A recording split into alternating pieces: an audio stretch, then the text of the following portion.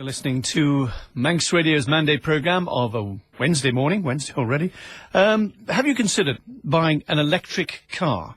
Would you consider buying an electric car? Well, someone with me in the studio is trying to persuade as many people as he can in the Isle of Man that electric cars are perhaps the way ahead in the Isle of Man. He's Steve Burrows. Good morning, Mr. Burrows. Thank you for joining. John. Right, and first tell us what your plan is. Now, you're going to bring cars over to the island. When? Starting September.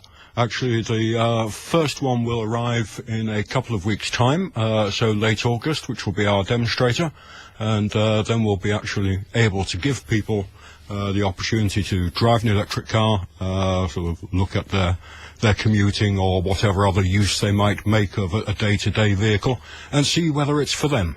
Obviously, the first question that immediately comes to mind is where do you plug the thing in? And do we have enough plug-in points in the island to make it viable? Oh, I hope so. Any 13-amp socket will do. So if you've got a socket in the garage at home, that'll do very nicely to charge overnight.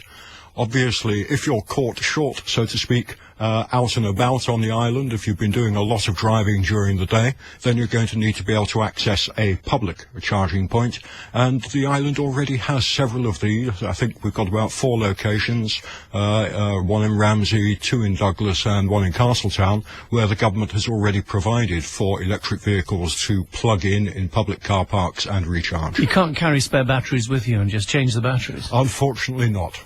You've got a picture here of the car involved. Now, this is the Citroën Evie. That's right. Isn't it? Which, Evie is the name of the robotic girlfriend, I think, in Wally from mine, but that's nothing to do with that. Now, that looks to me like a standard saloon car. It is. It's designed to. That was the problem. People didn't want to drive around in the cars that obviously had, look at me, I'm an electric car written all over it. That's right. I mean, this vehicle, if it didn't say electric on the side, you wouldn't know, except for the fact that it goes past you rather quietly. It won't help you, though, will it? Because you want as many people to know as possible that you're bringing electric cars to the island. Oh, absolutely, yes. And I mean, we'll be running vehicles with promotional stickers on and so on, doing road shows, trying to draw people's attention to them. But really, if we're to look at electric vehicles, zero-emission vehicles being the normality of the future, then they've got to be normal now.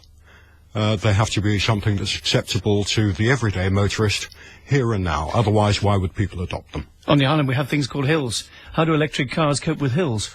Oh, they can go up quite nicely, actually. Might slow down a bit. Most cars slow down a bit going uphill. I haven't tried taking one over the mountain yet, and I'm actually looking forward to that. Let's take it, for instance, someone who lives in Ramsey and commutes into Douglas and comes back again. Buys an electric car, how would it serve them? Would it take them there and back again? Oh, yes. Yes, absolutely.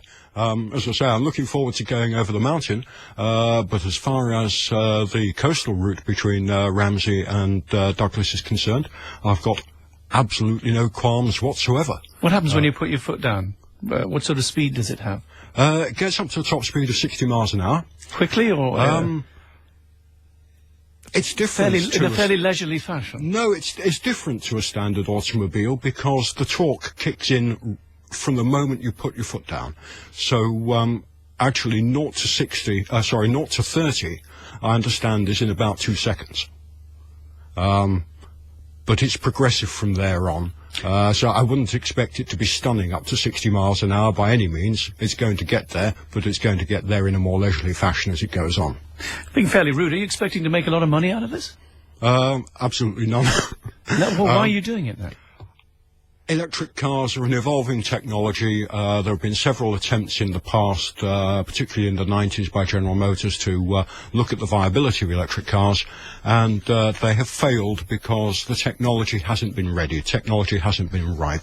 With the evolution of new battery technologies, particularly the lithium-ion technologies that we see in modern laptops and so on, it's become possible only recently to pack in sufficient energy into batteries to store in a car to allow it to have a decent range and decent performance. The development of batteries has been crucial to a lot of things, including computers and all sorts of things, hasn't it? Now, this development means that it's finally possible to have a battery-powered car that can do a decent range, 70 miles or whatever, which is about what we're talking about for the Citroën Evie, to achieve decent speeds. 60 miles an hour is quite adequate for driving around the island roads.